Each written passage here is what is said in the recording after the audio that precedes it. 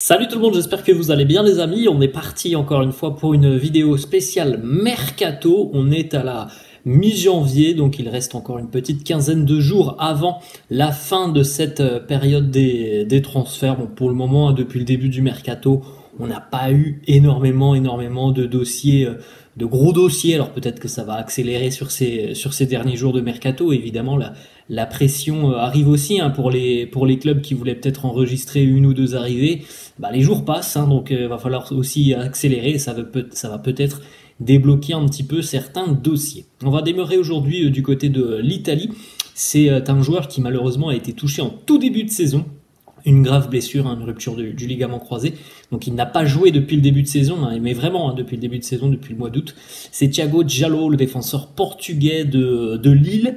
L'information importante, c'est que Thiago Diallo était en fin de contrat à la fin de saison, tout simplement, au mois de juin, avec le LOSC. Et du côté des négociations, ça n'a pas avancé, ça n'a pas porté ses fruits entre Lille et le joueur et ses représentants.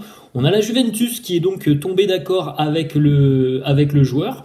La Juve qui va donc le signer pour 3,5 millions d'euros. Donc, même si c'est un joueur qui a beaucoup de qualité, on va dire que c'est bon à prendre pour Lille. C'est toujours 3,5 millions d'euros alors qu'il serait parti gratuitement cet été. Donc, c'est toujours ça de prix.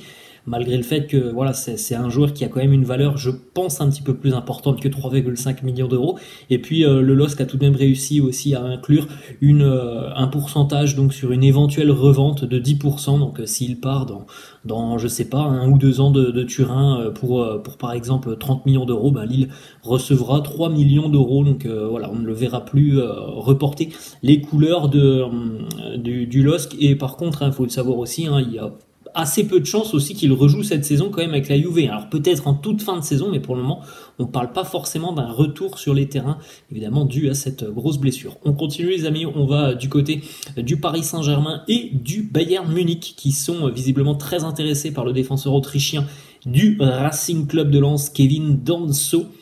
Les discussions ont notamment démarré avec l'entourage du joueur. Pour le moment, il n'y a pas eu d'offres concrètes de la part des deux clubs. Et du côté lensois, pour le moment, on n'est pas forcément vendeur. Du côté du RCL, on aimerait conserver le joueur à minima jusqu'à la fin de saison. Après, évidemment, on sait aussi que si l'un des deux clubs ou autre club, s'il y en a qui sont intéressés, arrive avec une grosse offre, c'est difficilement refusable économiquement pour un club comme le Racing Club de Lens. On continue, on va cette fois-ci du côté de l'Italie, le Bologne qui fonctionne très bien avec Thiago Motta, le Bologne de Thiago Motta. Et notamment, on a un joueur qui performe énormément, Joshua Zirkzee. Alors vous le savez, Zirkzee, il a fait toutes ses classes du côté du Bayern avec l'académie du Bayern. Il a jamais trop eu l'opportunité de s'exprimer avec les A du Bayern, donc il est parti, il a connu une très belle saison il y a 2 ans du côté d'Anderlecht. Maintenant ça fait 1 an et demi qu'il est à Bologne, et cette saison voilà, il est très impressionnant comme son équipe, il apporte énormément offensivement, c'est quelqu'un de très doué techniquement, vraiment il se projette beaucoup vers l'avant, il a une qualité de percussion assez phénoménale, Joshua Zirkzee, et il intéresse Arsenal, le club de Mikel Arteta. Il a vraiment un profil hyper dynamique qui va de l'avant, qui rechigne pas à la tâche aussi défensive, profil assez box-to-box, assez facile dans l'élimination. Vraiment un super joueur, Joshua Zirkzee, mais il y avait eu un très joli coup réalisé par Bologne lorsqu'il l'avait recruté. C'était pas hyper cher. Maintenant, voilà, il est estimé beaucoup plus cher, donc il y aura vraiment, je pense, une belle plus-value pour le club de Bologne qui souhaiterait là aussi un petit peu comme Lens garder le joueur si possible jusqu'à la fin de saison. On continue les amis, on va du côté de Manchester United. Alors on a vu que les Red Devils avaient envoyé le jeune Alvaro Fernandez du côté du Benfica. On pourrait potentiellement avoir un échange, le chemin inverse pour le jeune milieu de terrain João Neves.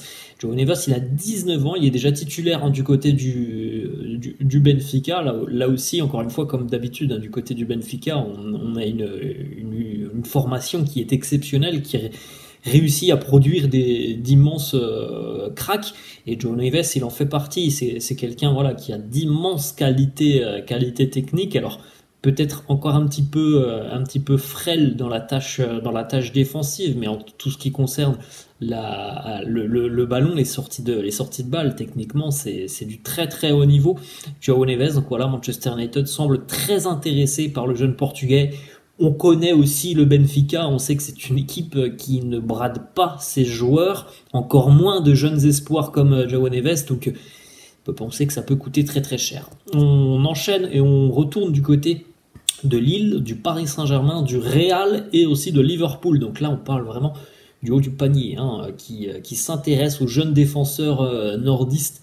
Lenny Yoro. Alors Lenny Yoro, il est en fin de contrat avec le LOSC en fin 2025, donc dans un an et demi maintenant. Pour le moment, il y a des discussions, mais voilà, ça n'avance pas énormément entre le joueur, ses représentants et le LOSC, et il y a surtout l'intérêt, comme on vient de le citer, des plus grands clubs européens, et c'est là que ça se complique, parce que du côté lillois, même si on aimerait conserver le joueur, c'est économiquement impossible, parce qu'on sait très bien que le PSG ou le Real ou Liverpool, peu importe, vont transmettre une offre. Si c'est pas cet hiver, ça sera l'été prochain, mais ça sera une offre qui va être colossale et vraisemblablement très difficile à refuser, aussi pour le joueur économiquement au niveau salaire. Donc il semblerait quand même que voilà, la carrière de Lenny Yoro va prendre certainement encore un petit peu plus son envol.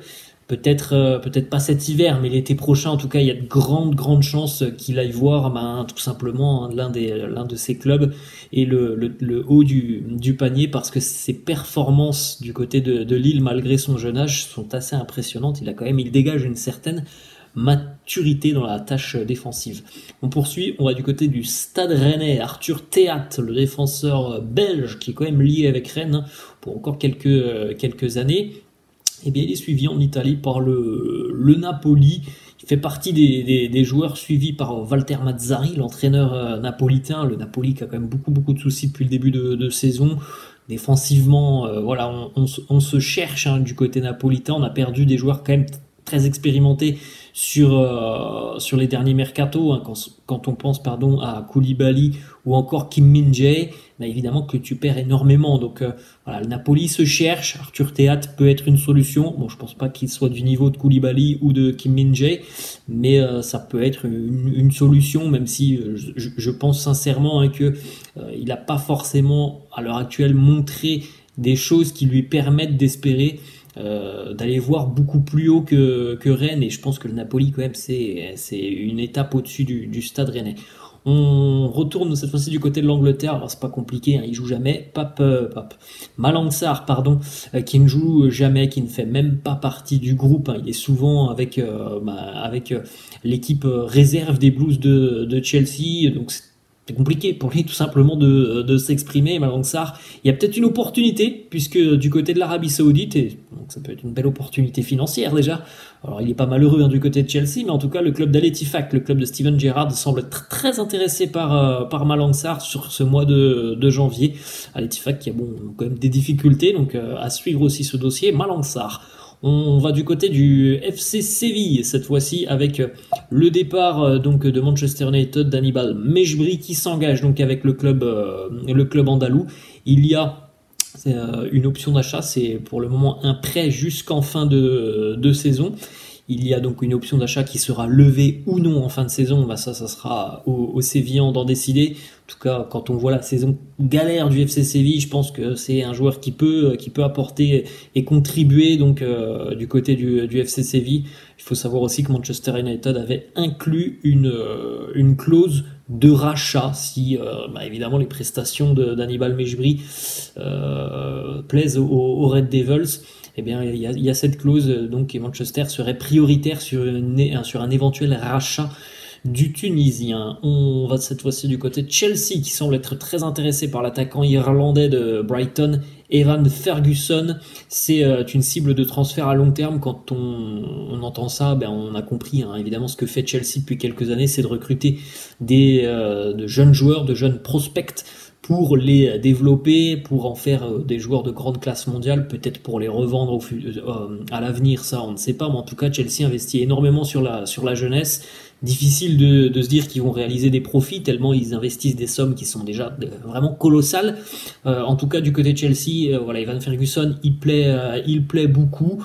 On cherche toujours ce vrai numéro 9 hein, du côté des Blues de Chelsea. On a des joueurs de qualité, mais on cherche vraiment peut-être l'attaquant qu'il faut. Ça peut être Evan Ferguson, c'est un joueur voilà, qui a beaucoup de qualité devant le but, il a 19 ans, il a encore une marge de progression assez importante. Mais évidemment, Brighton est une équipe qui vend très très bien depuis quelques années et pas question pour Brighton de brader l'attaquant irlandais. Donc ça semble aussi un transfert qui peut être très très cher, mais on sait qu'il y a de bonnes relations hein, entre Brighton et Chelsea, Cucurella, Moises Caicedo notamment, donc on sait que Chelsea est capable, hein, si Brighton demande 70 ou 80 millions, ils sont capables de les poser. On va terminer avec une petite information du côté de l'Atlético Madrid, le défenseur turc Serdar Soyuncu, qui a très peu de temps de jeu depuis qu'il est arrivé, donc l'été dernier, eh bien on a deux clubs qui sont intéressés par Soyuncu, alors on ne sait pas trop si pour le moment c'est sous la forme d'un prêt ou d'un transfert, ça semble être plutôt un prêt parce qu'il s'est engagé avec l'Atlético jusqu'en 2027 quand même, donc ça fait 6 mois qu'il est là, bon il n'a pas de temps de jeu. Fulham en PL et aussi le FC Porto qui sont intéressés par le défenseur international turc. Voilà les amis, la fin de cette vidéo, j'espère que ça vous a plu, n'hésitez pas comme d'hab à lâcher un petit pouce bleu, je vous laisse et je vous dis à la prochaine, ciao.